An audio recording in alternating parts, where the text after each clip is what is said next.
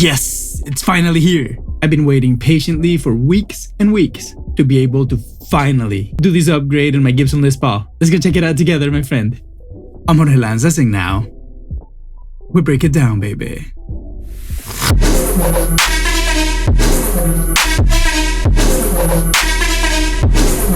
What's going on, my friend? Thank you so much for being here once again in another video. And today, quick and easy, we're just doing a nice little upgrade on my Gibson Les Paul Studio.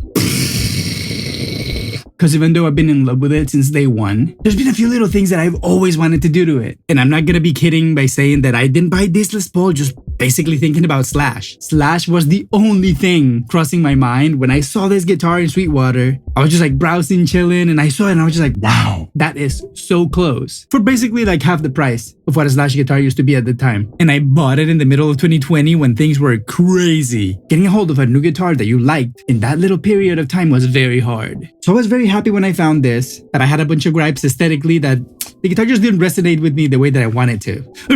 Again, because I just wanted it to look a little bit more like Slash's, right? Enter the gold knob tuners. I bought these because I really don't like the speed knobs, and this one came originally with the black speed knobs, but those were not it. So of course I changed them. But then what came really apparent when I changed the speed knobs that were black and the plastics were black, were of course that I needed to change the plastics. So I went ahead and get the creams from Gibson, and you know, maybe they're not the perfect shade of like a 59, but they're good enough for me. Like they're closer to what I wanted to get to. And then of course I changed the switch tip as well. So very nice. That got me that much closer to making my Les Paul look a little bit more like Slash's. But there's one big piece of the puzzle missing. There's something wrong with this headstock, and it's the tuner tips. So today, my friend, we're going to be replacing the tuner tips on my Gibson Les Paul Studio, and we're going to have fun while doing it. Let's go do it. And yeah, I know this might seem superficial for some, but you know, I'm the one that has this guitar in my studio every day of my life, and I have to use it. And if there's one more reason for me to grab the guitar and play it and put it into records, which is basically all I do, make music. So I always like to have one little extra excuse to put another guitar part, and I feel like the tuners are gonna do some of that for me. Okay, but let's get to the nitty gritty. So I got these Clusen ones. Honestly, I have no real preference for anything other than the fact that I wanted them to look a little bit like sort of like legit. Because of course I saw like a bunch in Amazon for like $2, $5, $6, $7, $8. And of course Mr. Little Frugal over here wanted to buy those.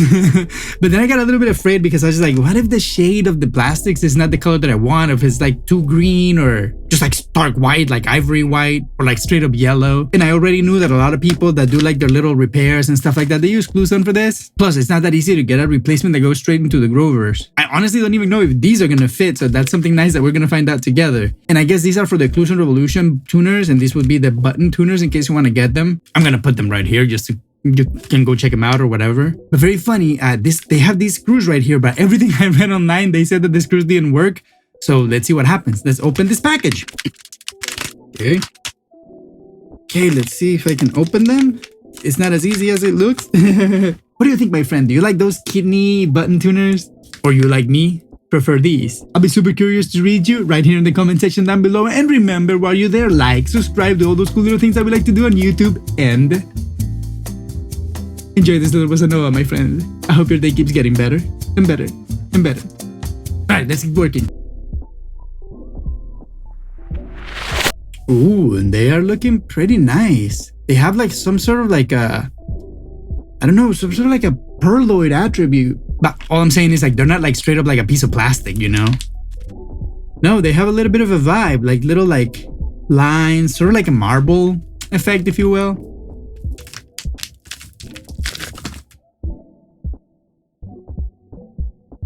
And then the shape just feels like correct.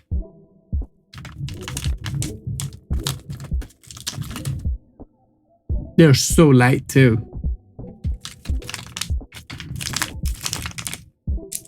There you go. So now we have all 6 of them out of the thing. And I love that they have like a little bit of like an aged effect, but also they have some sort of like a weird iridescence. I don't know if it's like in my studio because I have all these lights and all the crazy different colors, but they look pretty sweet. And here we got the screws, which these are the culprits that I was reading all over the internet that are either like too long or too short. We're about to find out. Let's start taking these buttons out. In this particular guitar, it looks like it's gonna be a Phillips screw. Let's take the Phillips screwdriver.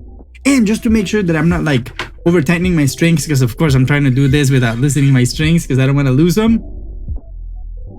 Let's see. make sure that I'm not destroying my guitar. So let's see what happens here. Whoop, came out.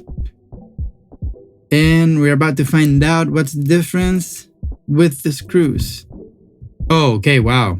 So these big ones are the ones that comes with the Clusen keystone. And this is the one with the kidney bean, the super tiny little screw.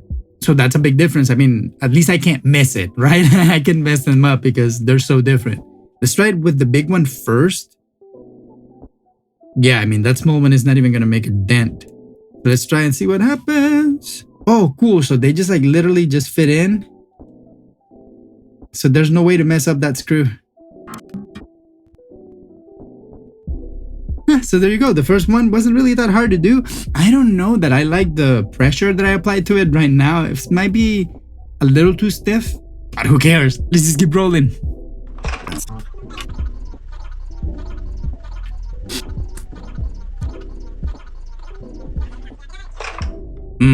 This one doesn't want to come in. I knew there was going to be a complication somewhere. Oh, I understand what might be the difficulty. So, okay, so right there on the tuner, there's a black little thing. Very, very small. Just the tiniest little difference in the surface of the tuner itself, the black little post. You have to make sure that you mimic that with the tuner button. So I guess that what that makes is that the right way to put the tuner on would be you have to put the button all the way in and then go with the screw. That's the easier way. It took me 3 buttons to figure it out. But let's just do this little pause right here and tell me what do you think? Which side of the headstock you think looks better? The one with the Clusens or the one with the kidney beans? Let me know in the comment section. I'd love to know what you have to say. I don't know, just like me watching it, seeing it right here, it just makes so much sense to have the Clusen there, you know what I mean? Those like keystone plastic tuners. To me, that's exactly what they should be. So first the tuner, the button all the way in, and it's not round, it's got a shape. And then the screw. Then we tighten them. Boop, boop, boop, boop. There it is. Easy. Very nice. I guess I should have like put like some graphite or something like. But whatever, here we are.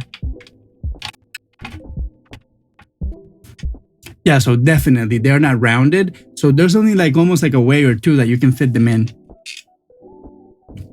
Just have to pay attention. Yeah, but once you get it, they actually basically they just go in by themselves. And we're done, my friend. Just look at this bad boy. It looks great. It looks really, really great. Ah, nice. I mean, I am gonna admit that the Grovers with this kind of keystones may not be like the most like classic looking ones. These honestly look a little bit more like ESPs, I want to say.